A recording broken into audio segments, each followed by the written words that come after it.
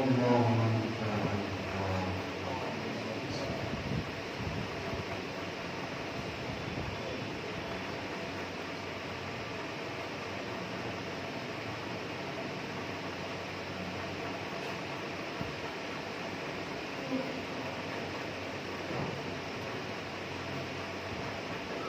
لا حول ولا قوة إلا بالله العلي العظيم. حسبنا الله ونعم الوكيل، نعم المولى ونعم النصير. أعوذ بالله السميع العليم من الشيطان اللعين الرجيم. بسم الله الرحمن الرحيم. الحمد لله رب العالمين، الصلاة والسلام على أشرف الأنبياء والمرسلين وخاتم النبيين، محبوب رب المشرقين والمغربين،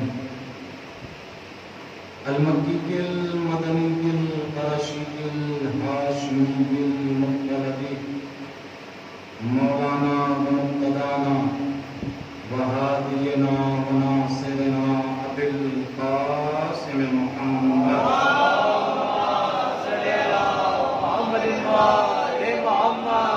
وعلى أهل بيته الطيبين الطاهرين المعصومين المظلومين المنتجبين المنتخبين المكرمين،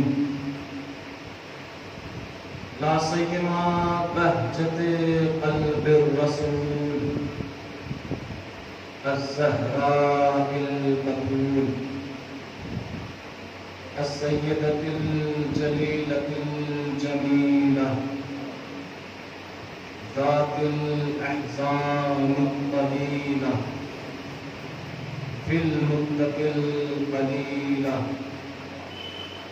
وعلى بعلها السيد المطهر والشجاع الغزنفر، أبي شبير وشبر، قاسم طوبى والصقر، الأشرف المكين، العالم المبين، ليس بني غالب، مزهر العجائب، مزهر الغرائب، غالب كل غالب، مولانا ومقتدانا الذي أكمل الله الدين بولايته يوم بدر، ولعنة الله على أعدائهم أجمعين من الآن إلى قيام يوم الدين. أما بعد فقد قال إمام الحسين عليه السلام: إني لم أخرج بطرا ولا أشرا ولا ظالما ولا مفسدا، بل إنما خرجت لطلب الإصلاح في أمة جدي صلى الله عليه وسلم. اللهم صل على محمد وآل محمد. عظمت اہل بیت اطہار پر اس سے بلند کر سلام. اللهم صل على محمد وآل محمد. حضرات گرامی، عزاداران سید الشہداء اور ماتمداران سلطان، پہلی مرتبہ آپ کے دیار محبت میں حاضری کا شرف حاصل ہوا.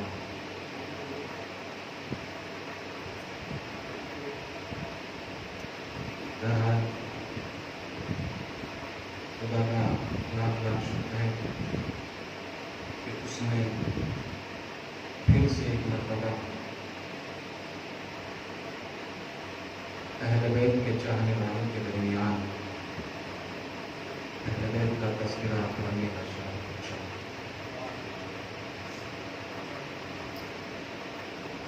امام کے جس جملے کو سرنامہ ستم قرار دیا، اس جملے کا ترجمہ کرنے سے پہلے یہ بات کہنا ضروری سمجھتا ہوں. اپنے اس محترم مجمع اور اہل علم کے درمیان یہ فرش ادا صرف فرش نہیں، یہ فرش صرف فرش نہیں، پھر کیا؟ یہ کوثر حسینی، یہ فرش کوثر حسینی ہے۔ ہوتا کیا ہے اس کوثر حسینی؟ یہ فرش کوثر حسینی ہے کہ جہاں حسین کے عزوات اس کوثر میں نہا نہا کر اپنی روح کو پاک و پاکیزہ بنایا کرتے ہیں۔ یہ فرش کوثر حسینی ہے۔ اور ایک بات کہنا اور ضروری سمجھتا ہوں کہ فرش عزا کے دائرے کو تنگ نہیں کیا جا سکتا، تنگ نہیں۔ فرش عزا کے دائرے کو تنگ نہیں کیا جا سکتا، اس کا دائرہ بہت وسیع ہے۔ کیوں؟ اس لیے کہ جو حضرات کے مجمع جو سامنے بیٹھا ہے یہ بھی اس فرش پر موجود ہے، جو مجمع دیواروں سے لگ کے بیٹھا ہے یہ بھی اس فرش پر موجود ہے۔ اور صرف یہ نہیں کہ جو اس چار دیواری میں یہاں پر موجود ہے یہ اس فرش پر نہیں، بلکہ جو باہر کھڑا ہو کر عزاداروں کا استقبال کر رہا ہے وہ بھی اس فرش پر ہے، جو باہر کھڑا ہو کر عزاداروں کی چنکیاں سیدھی کر رہا ہے وہ بھی اس فرش پر ہے۔ اور صرف اتنا ہی نہیں بلکہ جو گھر میں بیٹھ کر ان عزاداروں کے لیے تبرک کا انتظام کر رہا ہے وہ بھی اس فرش پر ہے۔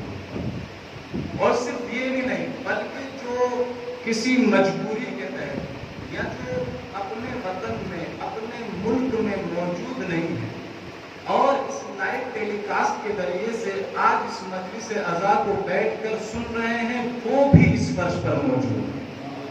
تو لہذا فرش عزا کے دائرے کو تنگ نہیں کیا جا سکتا، نہیں کیا جا سکتا۔ یہ ایک اہم پیغام تھا جو آپ کی خدمت میں پہنچا۔ اب آئیے امام کے جس جملے کی تلاوت کا شرف حاصل کیا، میں کیونکہ پڑھا لکھا مجمع میرے سامنے موجود ہے، بزرگ مجھ سے بہتر جانتے ہیں، میں اپنے چھوٹے بھائی کے لیے دو چار باتیں عرض کرنے کی کوشش کروں۔ امام کے جس جملے کو میں نے سماع قرار دیا، امام حسین علیہ السلام جس وقت مدینے سے نکل رہے ہیں، مدینے سے نکل رہے ہیں، اس وقت اپنے بھائی جناب محمد حنفیہ کے نام ایک خط لکھا اور اس خط میں سب سے پہلے 3 چیزوں کا اقرار کیا۔ میں تھوڑا سا گزارش کر رہا ہوں کہ یہ جو فاصلہ ہے اس کو تھوڑا سا پور کر دیجیے بڑی معذرت کے ساتھ۔ آج تھوڑا سا آگے آ جائیے، میری حوصلہ افزائی، بزرگوں سے معذرت چاہ رہا ہوں۔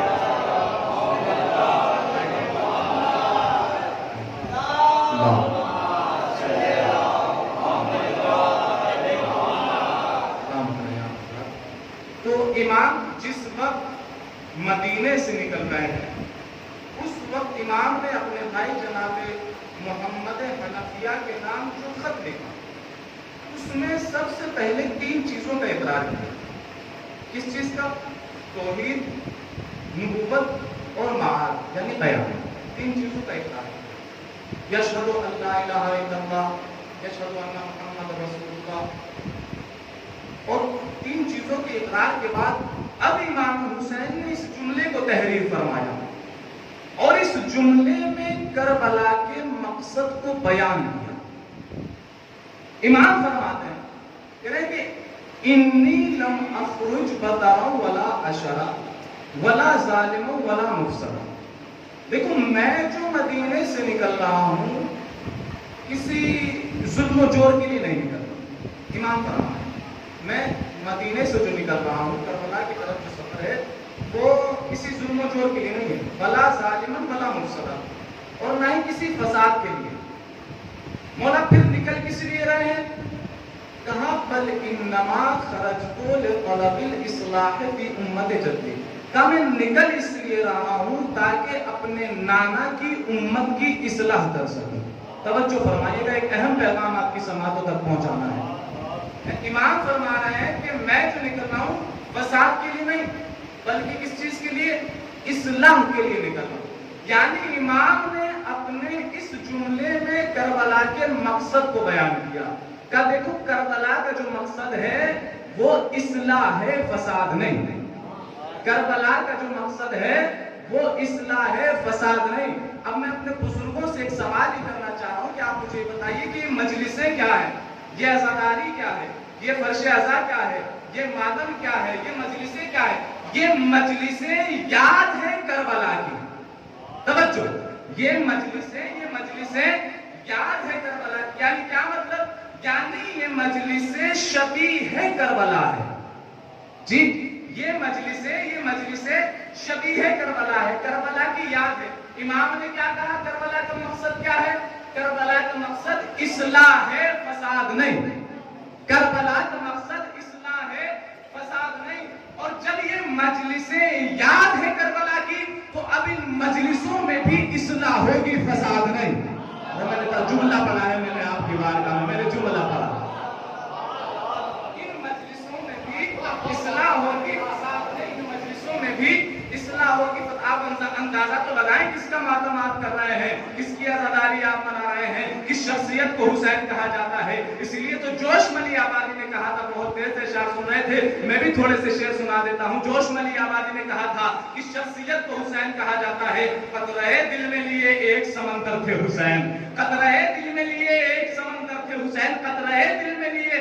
آپ نے غور ہی نہیں کیا، حسین کسی فرد کا نام نہیں ہے، حسین ایک ملت کا نام ہے، حسین کسی شخص کا نام نہیں ہے، حسین شخصیت کا نام ہے، حسین کسی انسان کا نام نہیں ہے، حسین انسانیت کا نام ہے۔ قطرہ دل میں لیے ایک سمندر تھے حسین، ذات واحد میں سمیٹے ہوئے لشکر تھے حسین، اور دین آداب رفاقت کے پیغمبر تھے حسین، اور جان دینے پہ جب آئے تو 72 تھے حسین۔ ارے سلامت رہے آپ، سلامت۔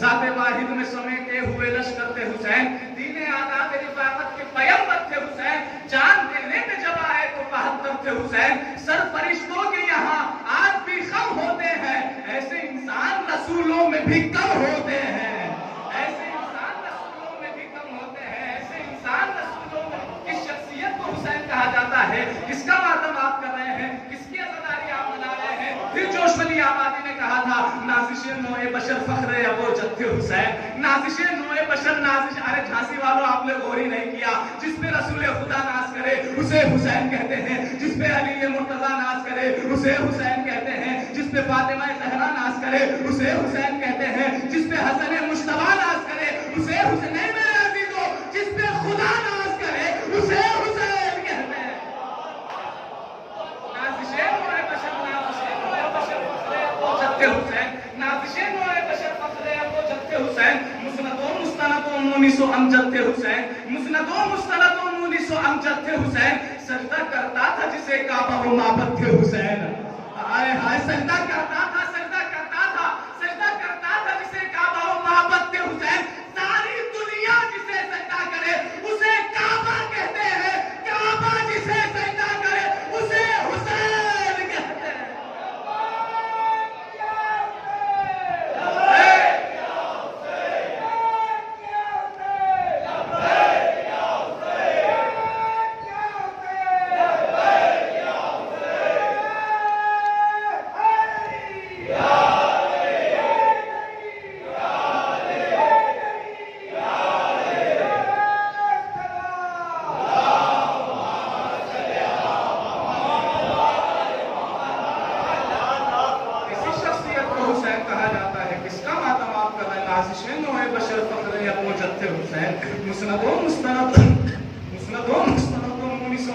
حسین سجدہ کرتا تھا جسے کعبہ و معبد تھے حسین۔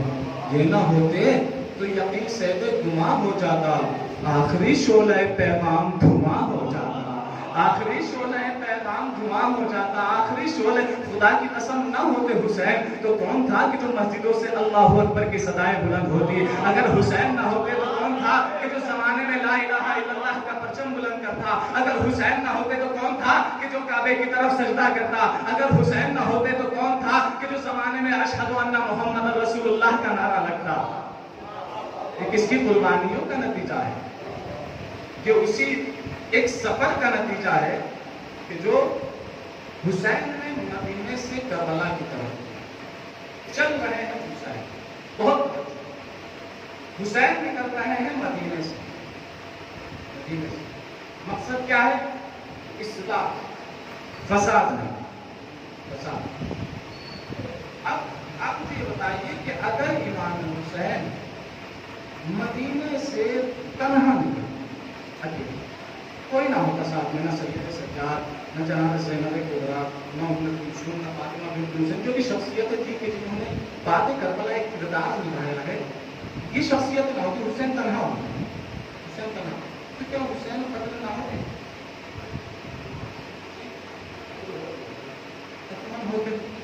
اور پھر کیا ہوتا؟ پھر ہوتا یہ کہ حسین قتل بھی ہو جاتے اور یزید زمانے میں یہ عام کر دیتا کہ میں نے حسین کو قتل ہی نہیں کرایا۔ توجہ چاہ رہا ہوں، توجہ چاہ رہا ہوں۔ یزید یہ اعلان کر دیتا کہ میں نے حسین کو قتل نہیں کرایا۔ وہ کربلا میں ایک لشکر گیا تھا، وہاں آپس میں جنگ ہوئی اور حسین قتل ہو گئے، اور کچھ بعید نہیں تھا کہ یہی یزید یہ بھی اعلان کراتا کہ میں نے حسین کو قتل نہیں کرایا، اور کوئی بعید نہیں ہے میرے عزیزوں کہ یہی یزید منبر پر آتا اور حسین کے لیے فاتحہ خوانی رکھتا اور مگرمچھ کے آنسو بہاتا۔ کوئی بعید۔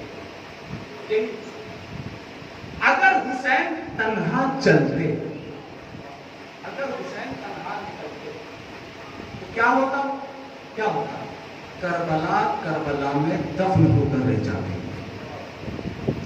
لہذا ضروری تھا کہ حسین اپنے ساتھ ایسی شخصیتوں کو لے کر چلے کہ جو کربلا کے پیغام کو کربلا میں نہ رہنے دے۔ جی، کربلا کے پیغام کو کربلا میں نہ رہنے دے۔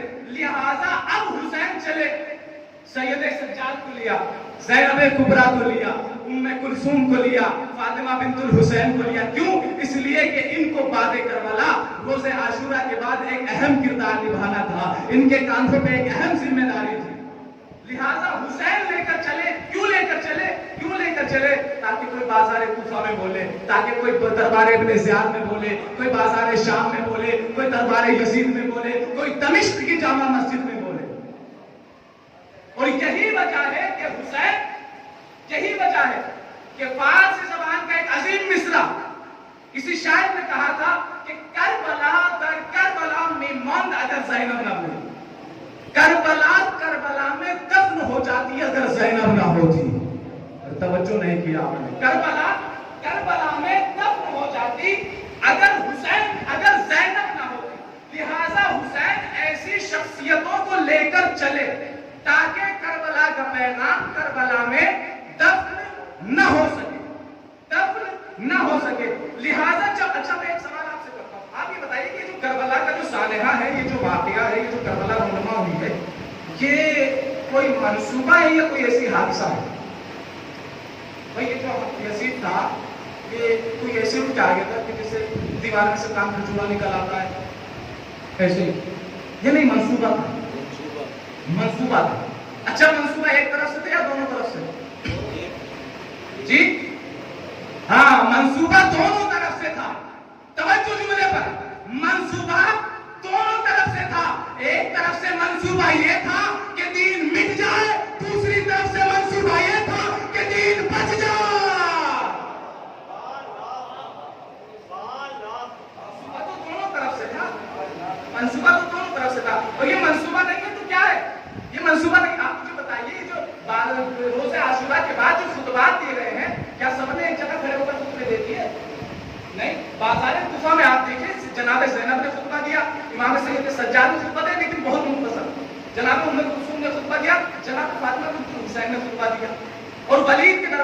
جناب زینب نے خطبہ دیا صرف. اور پھر یزید کے دربار میں وہاں بھی جناب زینب نے خطبہ دیا. نہ سید سجاد بولے نہ جناب ام کلثوم بولی. یہ کیا تھا؟ یہ پلاننگ تھی، یہ منصوبہ تھا کہ کہاں کس کو بولنا ہے. یہاں زینب کبریٰ بولیں گے، یہاں سید سجاد بولیں گے، یہاں ام کلثوم بولیں گی، یہاں فاطمہ بنت الحسین بولیں گے. اور یہی وجہ ہے کہ سب سے آخر میں دمشق کی جامع مسجد میں یزید نے اپنے چاہنے والے کو پورے مجمع کو اکٹھا کر رکھا. بہت توجہ کے حاصل تمہید کی جو منزل تھی وہ تمام ہو کر ہمیں اپنے موضوع میں داخل ہو گئے. یزید نے پورے مجمع کو دمشق کی جامع مسجد بھری ہوئی ہے لوگوں سے، اور یزید یہ چاہ رہا تھا کہ آج اپنی جیت کا اعلان کر دے اور حسین کی ہار کو اعلان کر دے. اور پورے مجمع کو اس نے اکٹھا کر رکھا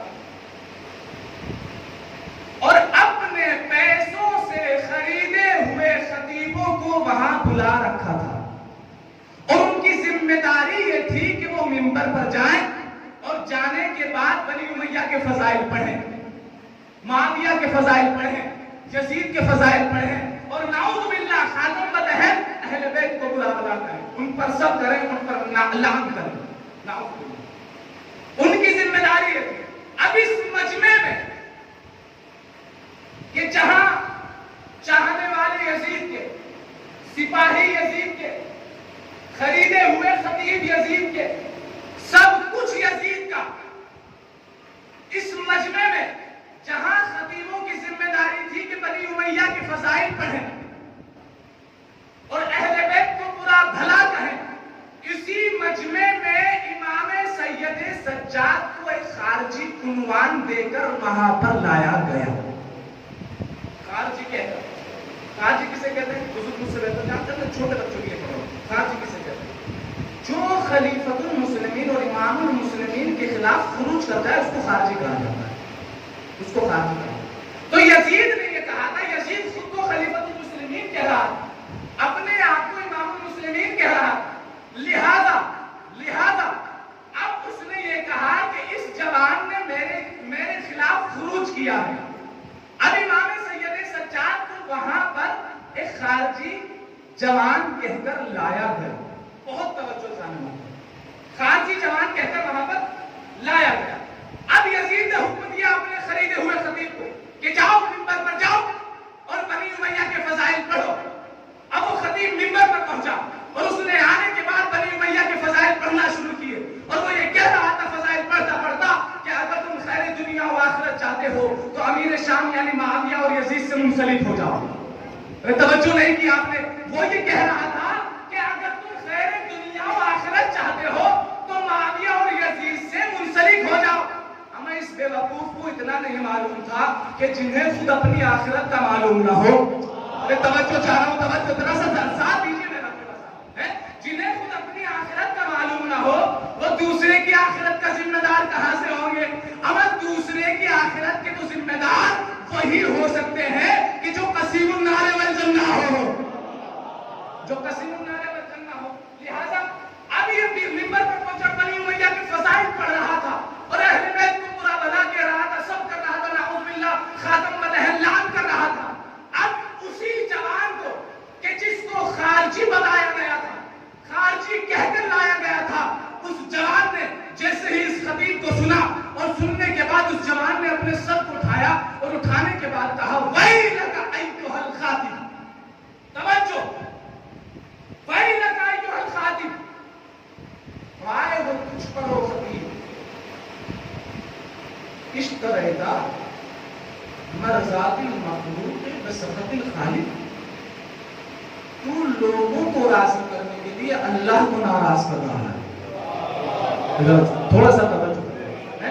تو مخلوق کو راضی کرنے کے لیے اللہ کو ناراض کر رہا ہے، اللہ کو ناراض کر رہا ہے. یقیناً تیرا ٹھکانہ جہنم ہے. بھائی امام نے کیا کہا کہ تم مخلوق کو وائے ہو اس پر، وہی لگا ایھا الخاطب، وائے ہو اس پر او خطیب. تم مخلوق کو راضی کرنے کے لیے، تو لوگوں کو راضی کرنے کے لیے اللہ کو ناراض کر رہا ہے. خدا کی قسم میرا دل تو یہ کہتا ہے کہ امام کے اس جملے کو بڑے بڑے الفاظ میں, سنہرے الفاظ میں لکھ کر ہندوستان کے ہر امام بارگاہ, ہر حسینیہ میں ممبر کے جسٹ سامنے لکھ دینا چاہیے. ارے آپ نے غوری نہیں کیا, آپ نے غوری نہیں کیا. بھائی امام نے کیا کہا, تم مخلوق لوگوں کو راضی کرنے کے لیے اللہ کو ناراض کر. خدا کی قسم جب امام کا یہ جملہ ہر امام بارگاہ میں ممبر کے جب سامنے ہوگا تو ممبر پر آنے والے کی نگاہ جیسے ہی اس جملے پر پڑے گی اسے یہ یاد رہے گا کہ مجھے اللہ کو راضی کرنا ہے, لوگوں کو راضی نہیں کرنا.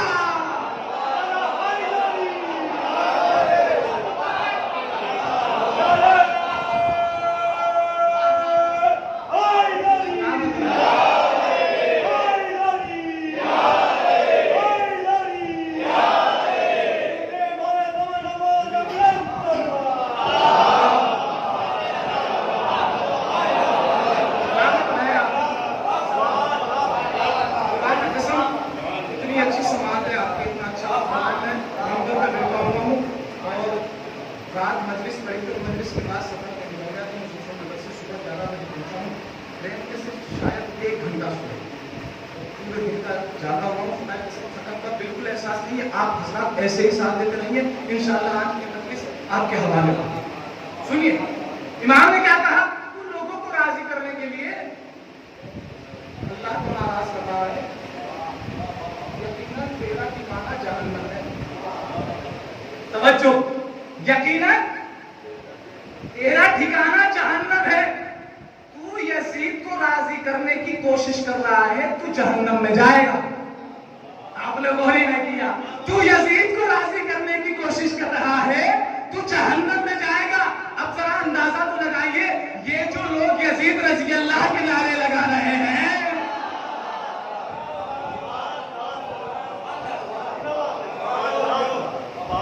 یہ اپنا ٹھکانہ جانے. تو یزید کو راضی کرنے کی کوشش کر رہا ہے, تیرا ٹھکانہ جہنم. اب امام نے, میں نے ابھی عرض کیا تھا, مجمع کس کا؟ یزید کا. خطیب کس کا؟ یزید کا. چاہنے والے کس کے؟ یزید. سب کچھ یزید کا. اب امام نے یزید کی طرف رخ کیا اور رخ کرنے کے بعد کہا, یا یزید اذن لی حتی اسعد علی هذه الاعواد. یزید مجھے اجازت دے. یزید کیا کہہ رہا تھا, میں امام المسلمین ہوں, خلیفۃ المسلمین ہوں, مجمع یزید کا, خطیب یزید کے, سپاہی یزید کے, سب کچھ یزید کا. لیکن اس بھرے دربار میں سید سجاد نے یزید کو یزید کہہ کر پکارا. توجہ, سید سجاد نے یزید کا نام لے کر پکارا اور لوگوں کو یہ بتا دیا کہ تم جسے خلیفۃ المسلمین سمجھ رہے ہو, خدا کی قسم یزید جیسے ظالم و جابر بادشاہ کو اسی کے مجمع کے سامنے نام لے کر پکار کر للکارنا, یہ عالمی خون کی علامت ہوتی ہے.